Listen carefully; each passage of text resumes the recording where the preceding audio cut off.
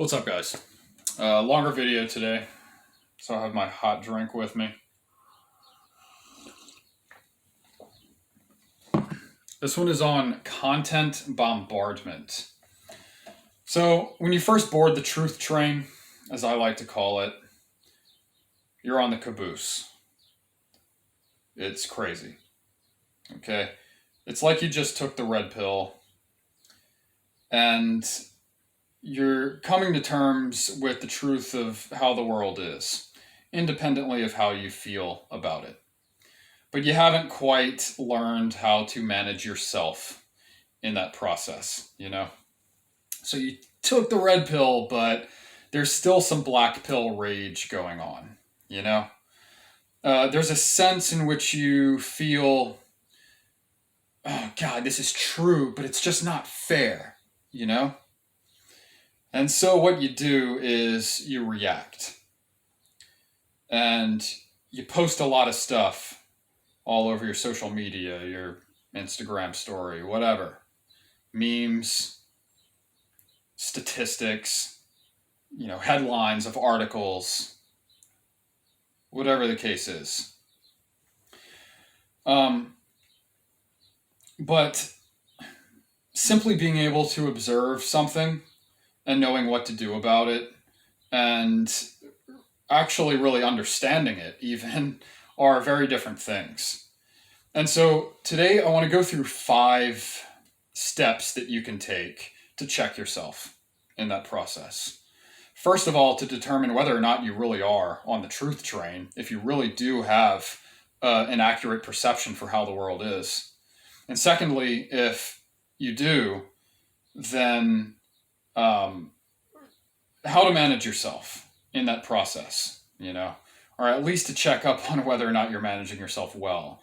And then from there, you can decide what to do or where to go to better yourself. The whole point of philosophical awakening is ultimately to make your life better, to better prepare you for death. Not just death, but all of the foreseeable events in life. And the more you can pick up on those patterns of how the world is, the more you can anticipate things, the more accepting you are of the world as it is, and the more you can really let go of that black pill rage, that obsession with fairness. Fairness is not a virtue. Fairness is not a value that we should really hold near and dear to ourselves. The truth is not fair, If everything were fair, then everything would be equal. And that would violate the law of identity in logic. 1 equals 1. It's a tautology. It has no context. It doesn't matter, right? But everything, every person, every event is a thing unto itself. Is not equal to anything else. Therefore, nothing can be truly fair in this world. And that is part of true philosophical awakening that you have to come to terms with. Also, at the end of the day, for some people, it doesn't really matter whether or not you can see the truth. It matters, when it comes to living in the world, how you treat other people. There can be someone who doesn't value truth at all, who manages himself in a very civil way. And that person, we could argue, is a better person to other people than someone who can see the truth but treats others poorly. So it's important to keep, Immanuel Kant's idea in mind that we should treat others as ends unto themselves rather as means to our own ends. And the same goes for truth. Truth is not a tool that we use to get something or to achieve something. Truth is an end in itself. To be true is to be good.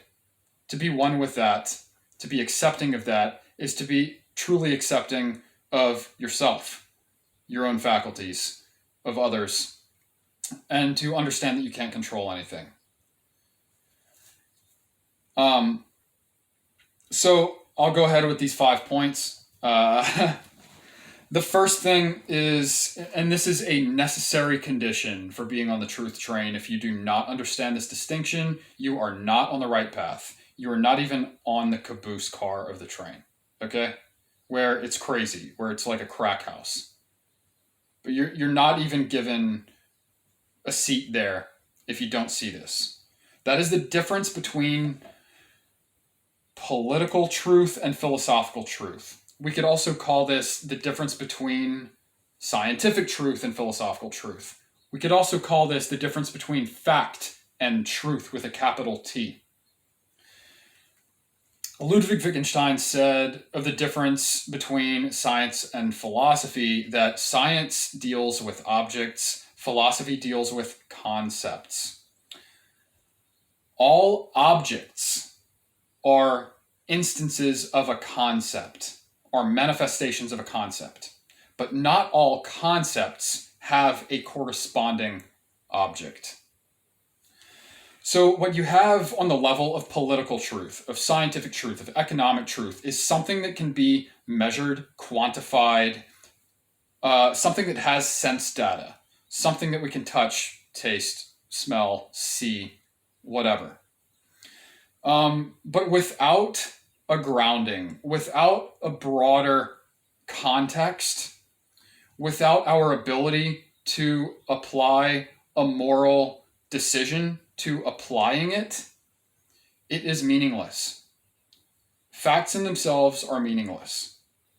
Period. And so a lot of times what you're doing by reposting content is, this content might just point out a fact. And so what you're doing is simply observing a fact and then jumping to action right away. You're reacting to it. You're like, hey, look at this, without giving anybody any indication that it's important, or why it's important, or even that you understand it.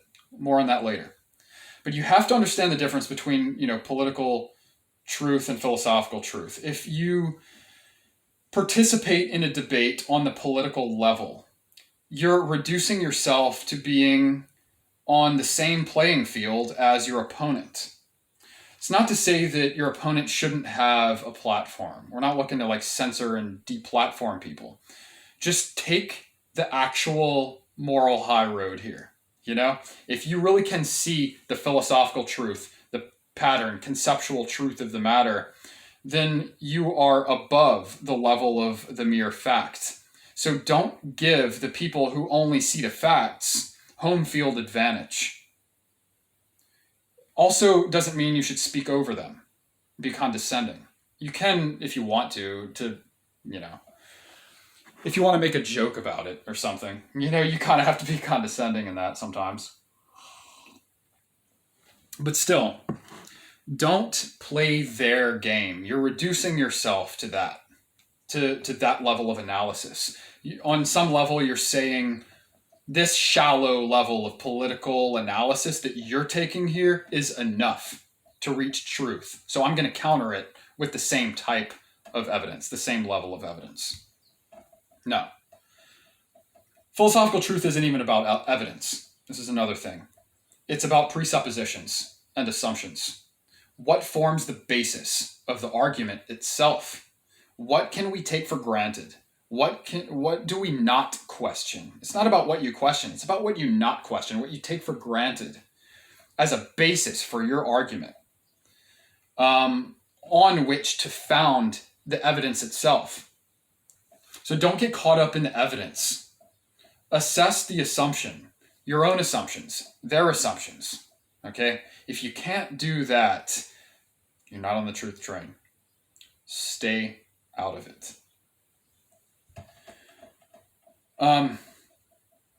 So how do you do this? How do you learn this distinction? You have to learn some logic. You have to learn some philosophy. Learn logical fallacies.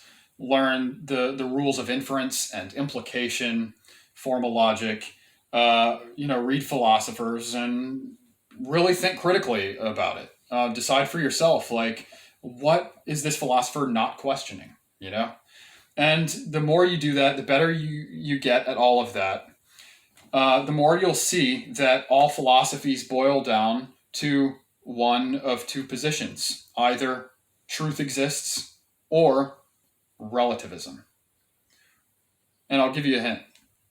Most philosophies reduce to relativism. Most are not founded on the simple assumption that truth exists. But you have to make that distinction. It helps to have had a mentor, someone who's maybe first class in the truth train, someone who has some formal training in philosophy on a graduate level. Not that all, not that all academics are on the truth train. That's not at all what I'm saying. But I'm just giving you ideas here. Find someone you look up to. You can go about it on your own. You can read. It depends what type of learner you are. But you have to know the distinction between shallow political truth and conceptual philosophical truth. You have to be able to see it. It really has to become second nature. As John Stuart Mill said, he who knows only his own side of the argument knows little of that. You have to be able to look down on lower levels of analysis in order to know that your level of analysis is enough, at least to form the basis for the decision that you're not going to participate. If that makes sense. Anyway, number 2, just look at your feed, okay? Your ratio of reposts of other people's content versus your own content will maybe enough give you an indication as to whether or not you're on the right track, What do you actually care about? Like, who are you? What's your personality like? Do you have more posts of like article headlines and statistics and political garbage than you do, like whether it's true or not, than you do of your own hobbies, your passions, your photography, your art, whatever it is that you produce, that you create, that you care about, your family, your personality, your purpose here on earth? If there's less of that than the other stuff, then you might not be on the right track. So just take a look at that. Because in reposting something, you're really just posting those facts, those lower level observations that we're making. It's other people's ideas without maybe any contribution of your own. And so if you have more of other people's stuff than your own stuff, then you're not being genuine. You're not being authentic, And you're definitely not going to change anybody's mind. Not that that should be your goal, but, people just prefer people who are genuine and authentic. The right people will stick around, and the people who are not meant for you will be repelled naturally. This brings up another thing, though. There's a huge difference once you board the truth train and you have like a little bit of black pill rage, a little bit of bitterness and resentment about the truth, even though you can see it. There's this attitude that a lot of people take, like, I don't care if, my longtime friends hate me and don't want to be friends with me anymore. Man, I'm a truther. Like, I care about truth and nothing else. I don't care what happens. It's like, no, there's truth in value of maintaining certain relationships that is often greater than the truth of a bunch of facts that you're spewing on social media. So you have to make a value judgment, and that value judgment should be based on the truth of the greater context of your own life. And so, think about what you're doing. Remember, truth is an end unto itself, not merely a means. So are you putting the truth out there for people to passively, take it or leave it? You're just kind of like spreading awareness, which is good. Or are you kind of like, even in the slightest, doing it with the intention or the motivation to drive certain people away, to filter through your social circles? If it's the former, that's fine. Post away. But again, I'm going to get to like the best way to do it in a minute. But if it's the latter, you need to take a step back. Number 3, what are you actually contributing? Are you contributing something? Or are you just virtue signaling? It's easy to point to someone who's clearly virtue signaling and say, hey, they're virtue signaling, making an observation just like about a fact that you think isn't fair.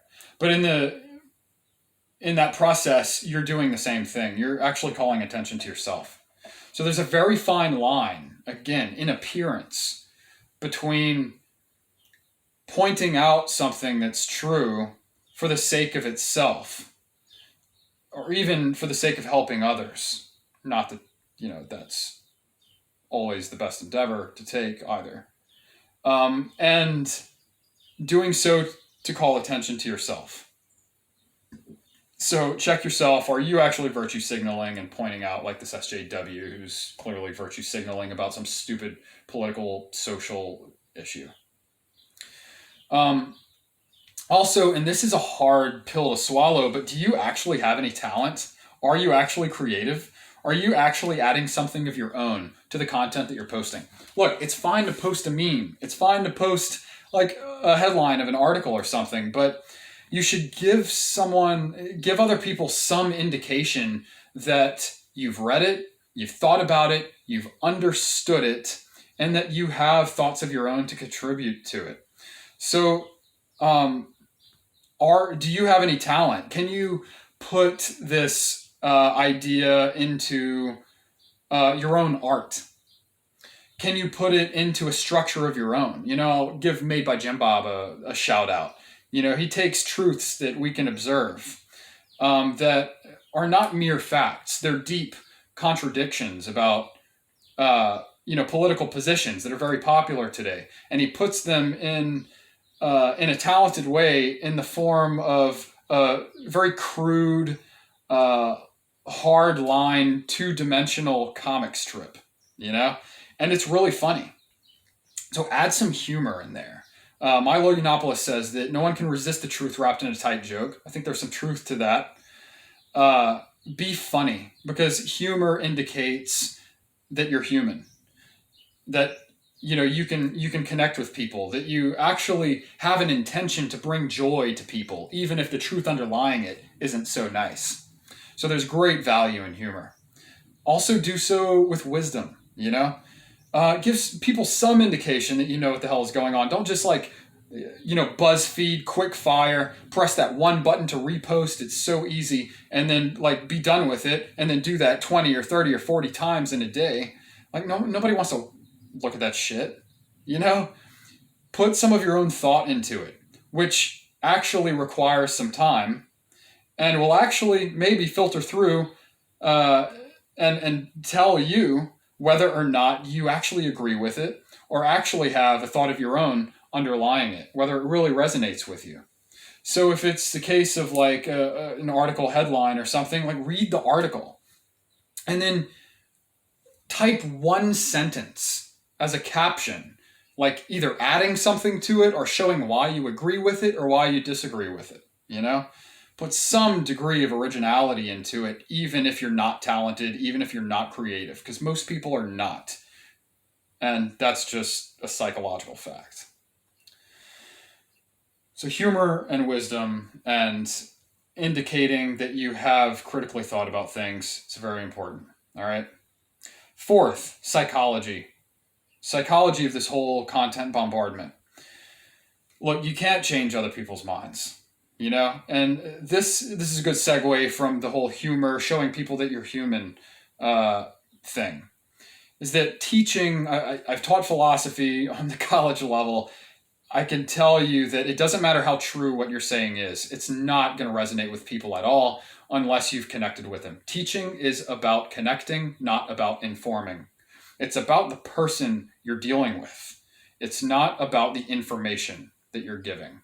You have to filter that information through the person's soul. You have to connect with theirs. And it's a fact. We can look at Jonathan Haidt's work. We can look at many studies. Not that we need any psychological studies to observe this. Just go outside and spark up a political debate with someone. But when you present cold, hard, true information to someone who doesn't believe it, they become more steadfast in their beliefs, not less. So you can't convince people with information, So you have to get through to people on a human level, on a soul level. Humor is a good way to do that. Genuine, wise speech is a good way to do that, To do that in the raw, it takes, a lot of time on the truth train and graduation from one car into the next, uh, before you can just speak and it resonate with people. Um, I don't know if anybody can just do that, but you know. Also, another part of the psychology is like take a look at your own health, your own mental states, emotional states, by going down the rabbit hole of truth. Are you actually causing yourself more anxiety? Are you actually losing sleep over this stuff? Or are your eating habits changing for the worse? Losing your appetite, etc. Um, Philosophical awakening again is about bettering yourself, um, not about triggering bad habits, so on and so forth. So you're not going about it in the right way, and you may not even be on the truth train to begin with if what results from your participation is a decline in your own mental, emotional, and physical health. So check yourself, you know. um, Fifth, I want to bring up my 5-step logical action method called OTUJA. And OTUJA is an acronym: observe, think, understand, judge, act. So what you're doing by participating in this like quick fire BuzzFeed type of digital environment where you're just reposting stuff, not really thinking about them, just acting on them, reacting really, is you're participating in a form of unhealthy activism. It's like digital virtual activism. You're hopping from the first step in OTUJA, observation, to action without regard for thinking, understanding, and making a good moral judgment. Those crucial bits in the middle. And every decision you should make, everything that filters through your logical mind should go through these 5 steps. And once you really master the process, you can like bang, bang, bang, like master logic and everything. You can just kind of bang right through them. But you don't want to get caught simply going from observation to action again. And whether or not you do this can be reflected in what you post itself, whether or not you've actually thought about it, whether or not you actually understand it and made a judgment about, what to do with that information, whether or not to actually post it, to share it with people, and what motivations are actually driving that. There shouldn't be any, Again, spreading awareness can be okay, but doing though with any underlying motivations other than like truth itself is not okay. And there's a very fine line there again. So, and I'll post my article to OTUJA, which I'm also writing a book about at the moment, below. But that's pretty much it. The 5 steps that you want to go through to check yourself when it comes to content bombardment. First you have to know the difference between shallow political truth and philosophical truth. Political debate comes at the expense of the necessary philosophical, spiritual, moral analyses that you have to make in order to truly understand the foundations of those issues at hand. And almost everyone is guilty of it, often, especially in these, politically turbulent times. Remember, man's problems are not of a political sort, and there's no political or economic or scientific or technological solution to the fundamental problems of people. Those problems are spiritual in nature, can be understood through logic and philosophy, but you have to educate yourself, and you have to meditate on it, on that knowledge, and you have to learn to apply it in a patient and stoic, indifferent way, with an attitude of gratitude overlying every move that you make in life, And then second, check that ratio of non-original content to original content. You want to be authentic in real life and online. Number three, what are you actually contributing? Do you actually understand what the hell you're reposting? Are you giving people an indication that you understand it and that you've gone through the Otuja process, really? Can you contribute something original? Can you be funny and wise in the process? Four, consider the psychology that you can't change other people's minds. You know, people are skittish cats when it comes to truth. Truth is scary. Truth is not fair. So get over your black pill rage, your bitterness, your resentment about how the world is. You can't change it. You can't control anything. Just stop. Teaching is about connecting, not about informing. And then fifth, think about this Otuja process. Observe, think, understand, judge, act in that order. Okay? Don't skip any steps, especially when it comes down to, you know, political positions that could ruin a relationship that at the end of the day is of greater importance than a bunch of facts, which is why higher level truth is more important than lower level political and scientific truth. So consider all these things when you're going about your content bombardment, and don't bombard. Focus on quality over quantity. Treat other people as ends unto themselves, not merely as means. And so should you treat truth itself as an end unto itself, not merely as a means to an end. If it is a means to an end, then your ego is pushing your own selfish motivation in that process. And at the end of the day, you're going to be unhappy. You're going to surround yourself with people who you really don't want to be a part of.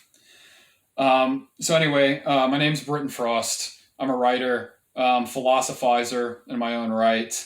You can check me out on Instagram at Overthought and Understated. Check out my blog and my website at overthoughtandunderstated.com. I do some blog posts, but I'm currently writing a book right now. If you want to donate to me, if you like my content that I've already posted and want to contribute to the publication of my book, that'd be awesome. I'll post my PayPal link in the description below, as well as the link to all of my other places that you can find me. Hope you enjoyed this video. Hope it really helped you. And if you are on the truth train, I wish you the best of luck. You can reach out to me for resources. You can, hit me up on social media. I like connecting with people to the degree that, I think is helpful, and to the degree that you are genuinely interested in riding that truth train. The tracks are narrow. It's a bumpy ride. It's a rough ride when you're in the caboose. But the more dedicated you are to it, and the more you further up the train cars you graduate, the smoother the ride becomes.